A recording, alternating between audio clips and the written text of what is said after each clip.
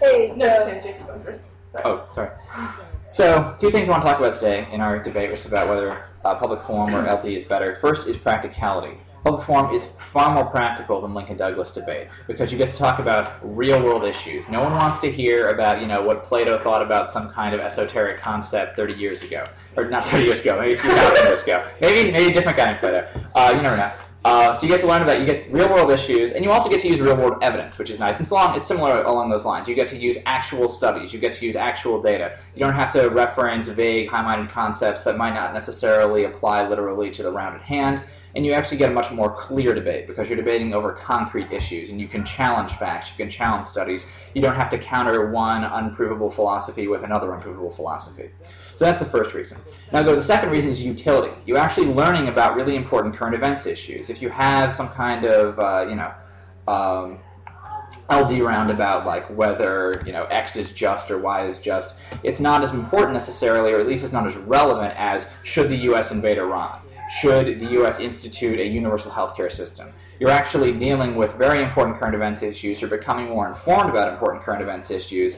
And in addition to that, you gain experience on actually writing something that you'd be using if you actually wanted to go into a career in that area. So you'd be getting experience writing briefings. You'd be gaining experience writing that kind of memo, sort of politically focused material. hey, so awesome topic, but I think that Jake is wrong on a lot of levels. So the first thing I want to address is his point about practicality. And the thing is, LD is actually more practical because he doesn't have an understanding of what kind of topics we see. For example, we debated about the death penalty, we debated about whether we should depower nuclear nations, whether we should have standardized exit exams. All of these topics are absolutely relevant to the world as we live in today. So why I think this is better that LD connects these real-world issues to standards of philosophy is because we actually make the debate more accessible on more levels. You get the philosophical depth as well as the real-world relevance, but moreover, you get a better standard. You have Plato's standard that people can universally access. It's not just a shifting, arbitrary, or contemporary standard that high school debaters like to make up. But the second thing I want to talk about is that we actually use the evidence that Jake is talking about. We cut cards, use studies, and we actually have an extremely high burden of proof. But moreover, about the utility, we think that your LD fosters a more rational mindset because you can win on many more technical levels than you can in PF. You can absolutely use terminology that PF does not have at all, for example, turns and drops. And I think this adds another dimension to debate that makes it way more interesting. So, and also Crossfire is a hot mess, and that should be avoided at all costs.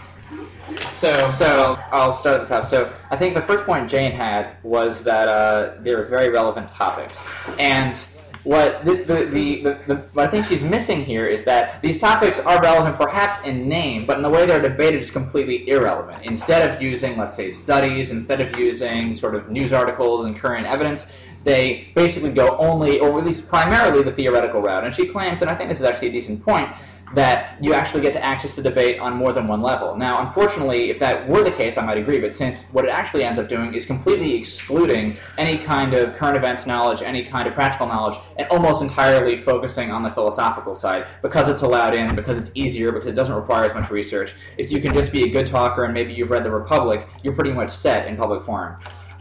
She also mentions that there's a more rational mindset with new terminology. This is code for jargon, which is actually, I'm really glad she brought this up, because public forum has an enormously high barrier to entry because of all the jargon. You have to know about drops, you have to know about cards, you have to know about all these kind of things. It becomes a very sort of inside baseball. It's less accessible, not only for the debaters, but for people watching. So if you actually go and watch a PF round, you actually are going to be able to really understand it. That was the point of its creation. If you go and watch a Lincoln-Douglas round, you're going to have a little more trouble.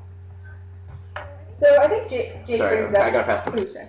So I think Jake brings up a couple good points, but does make a few mistakes. The first thing that he says is that tries to reiterate that PF deals more with like practical real-world issues. Look, I gave you 3 examples of topics that were extremely relevant to the real world, and I told you that we use studies. In fact, cutting cards for evidence is a huge activity at debate camps where you spend like 12 hours just cutting cards from studies, from newspapers. And we even debate the actual sources of these studies and things like that. So I think there's a really high burden of proof. So I think that deals with that. But moreover, he didn't really respond to the fact that I said that by linking these to standards of philosophy that have already been established in the decades past, you're getting a higher quality of debate rather than trying to hit a shifting target of like whatever the high schooler believes is valuable. So I think that the value structure that you can only get from LD debate makes it more cohesive, more rational debate. So then I guess the second issue that we're talking about here is whether jargon is good or bad. First off, if you're new, that is true for any activity. If you want to play football, you're going to have to learn the terminology. That's just the rules of the game. But what I said is that this jargon makes the debate much more interesting because you can win on a very technical level. So it fosters strategic mind thinking. A strategic mind. It fosters the ability, and I think that makes LD much more utile. Also, he never responded to